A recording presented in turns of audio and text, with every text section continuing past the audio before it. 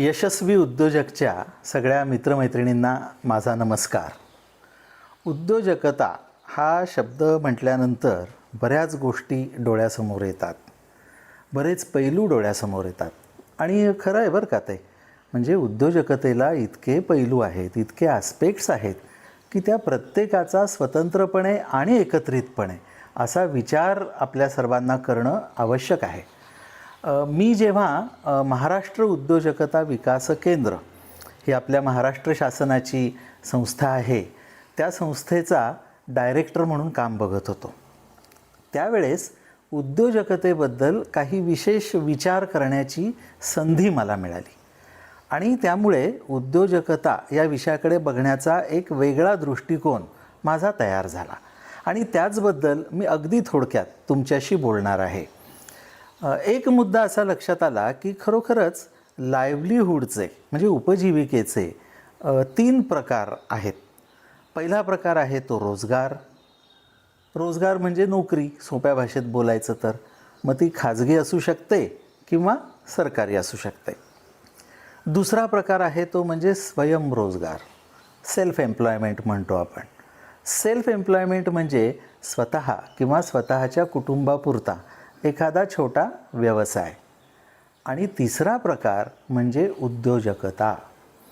उद्योजकता हा प्रकार थोडासा वेगळा अशासाठी आहे की उद्योजकतेमध्ये तो उद्योजक स्वतःच्या कुटुंबाचं भरणपोषण तर करतोच, पण त्याचबरोबर रोजगाराच्या अनेक संधी तयार करतो. आणि म्हणून तुमच्या लक्षात आलं असेल की शासनसुद्धा उद्योजकतेला प्रोत्साहन देते. म्हणजे आपण म्हणतो ना की लाखाचा पोशिंदा महत्त्वाचा आहे, तसा उद्योजक हा लाखाचा पोशिंदा असतो.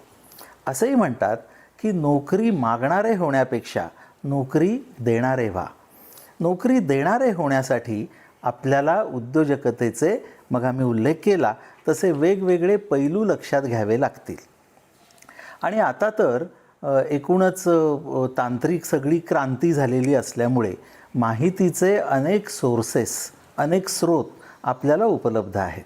म्हणजे इंटरनेटवरून माहिती मिळवता येते, पुस्तकं वाचून माहिती मिळवता येते, काही उदाहरणांवरून माहिती मिळवता येते.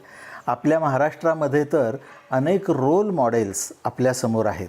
आणि जुनी मोठी नावं तर सोडाच, पण सध्याच्या काळातसुद्धा अतिशय यशस्वीपणे उद्योग करणारे असे उद्योजक आपल्या आजूबाजूला असतात.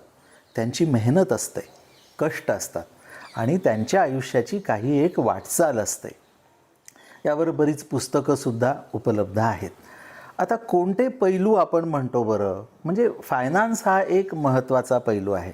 जसं शासनाने फायनान्ससाठी म्हणजे उद्योजक ज्याला बनायचं आहे त्याला मदत व्हावी म्हणून मुद्रा योजना सुरू केली आहे. हे एक उदाहरण झालं. महाराष्ट्राच्या उद्योग विभागाने अशा अनेक योजना चालवलेल्या आहेत. प्रशिक्षण दिलं जातं. म्हणजे एखाद्या व्यवसायाचं प्रशिक्षण घेणं पुरेसं नाही. तो व्यवसाय कसा चालवायचा, त्याचं ॲडमिनिस्ट्रेशन कसं चालवायचं, त्याचं अकाउंट्स कसे लिहायचे, कायदेशीर बाजू कोणती आहे, लायसन्सेस कोणती मिळवावी लागतील, कॉपीराईट्स किंवा रॉयल्टी याचा काय विषय आहे, हे सगळे मुद्दे आपल्याला विचारात घ्यावे लागतात. या सगळ्यामध्ये मगा म्हटलं तसं फायनान्स हा मुद्दा आला की आपल्याला बँकिंग सिस्टीम समजून घ्यावी लागते. आपल्याला कल्पना आहे की खाजगी पतपुरवठ्यापेक्षा इन्स्टिट्यूशनल म्हणजे संस्थात्मक असा पतपुरवठा हा नेहमीच प्रेफरेबल असतो, सोयीचा असतो, कारण त्याला एक चौकट असते. हा सगळा एक भाग झाल्यावर उद्योग उभा राहतो आणि मग नंतर प्रश्न येतो तो मार्केटिंगचा, बाजार शोधायचा. आता हा खरं तर उलटा प्रवास आहे बरं का. खरं म्हणजे उद्योग निवडण्याच्या आधीच आपण ऑपॉर्च्युनिटी मॅपिंग केलं पाहिजे.